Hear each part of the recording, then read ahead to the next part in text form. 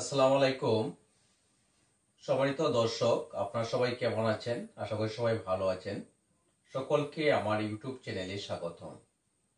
প্রতিদিনের ন্যায় আজকেও আপনাদের সম্মুখে একটি গুরুত্বপূর্ণ আইন বিষয়ে কথা বলার জন্য হাজির হয়েছি।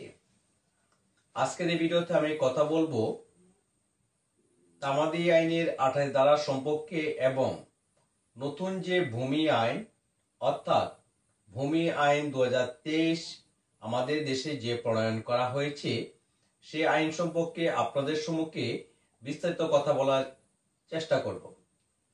অনেকেই বলে আসছিলেন যে নতুন যে আইনটি আমাদের দেশে প্রণয়ন করা হয়েছে, পাশ করা হয়েছে, তামাদি আইনের সাথে অর্থাৎ তামাদি আইনের 28 ধারার সাথে নাকি সাংঘর্ষিক।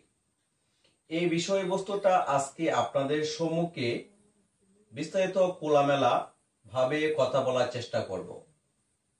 তামাদি আইনের 28 ধারাতে কি বলা হয়েছে এবং নতুন ভূমি অপরাধ প্রতিরোধ ও প্রতিকার আইন 2023 ধারাগুলোতে কি সম্পর্কে আলোচনা করা হয়েছে। এই বিষয়টা যদি আপনারা ভালোভাবে বুঝতে পারেন তাহলে কিন্তু আপনারা যে ভূমি বিষয়ক যে সমস্যাগুলো আছে সেই সমস্যাগুলো আপনারা অতি সহজেই আপনারা সমাধান করে নিতে পারবেন। আজকের আলোচনাটি সকলের জন্য, বিশেষ করে যাদের ভূমি বিষয়ক সমস্যাগুলো আছে, বিশেষ করে অন্যদের যে দখলে আছে সম্পত্তিগুলো, তাদের জন্য আজকের এই বিষয়টা অত্যন্ত গুরুত্বপূর্ণ একটি বিষয়।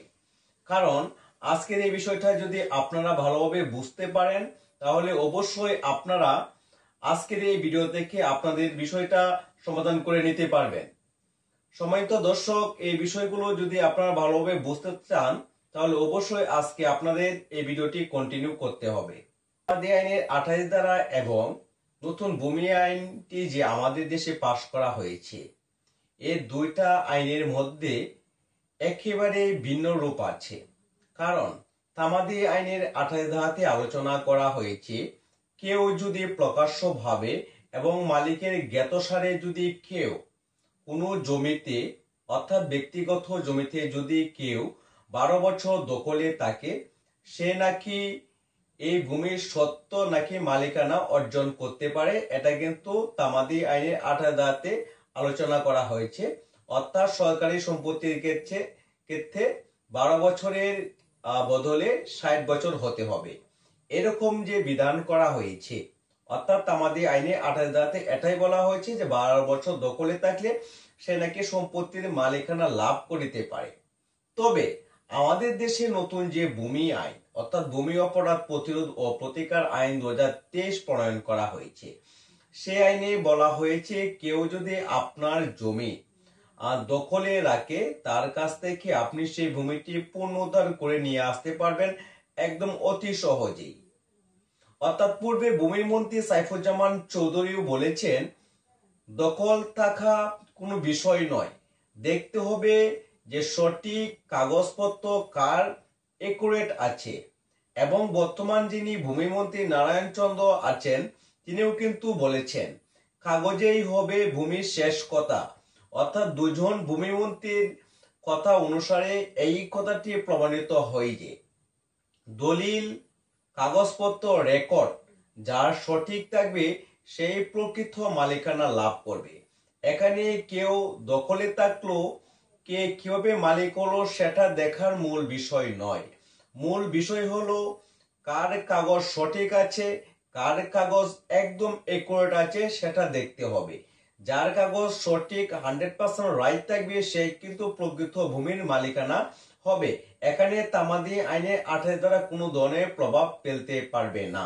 কারণ ভূমিমন্ত্রীর এবং বর্তমান ভূমিমন্ত্রীর এবং নতুন যে আইন প্রণয়ন করা হয়েছে সেই আইনের অনুসারে দখল কোনো বিষয় নয়। জমির কাগজ দেখতে হবে, জমির কাগজ কার সঠিক আছে সেই কিন্তু প্রকৃত মালিক হবে এই নতুন ভূমি আইনের মাধ্যমে।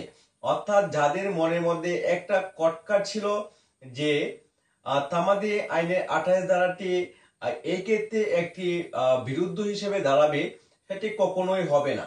কারণ পূর্বের ভূমিমন্ত্রী, বর্তমান ভূমিমন্ত্রী এবং নতুন যে আইন আমাদের দেশে করা হয়েছে সেই আইনের ভাষ্য মতে যার কাগজপত্র একদম সঠিক থাকবে সেই কিন্তু প্রকৃত মালিকানা লাভ করবে।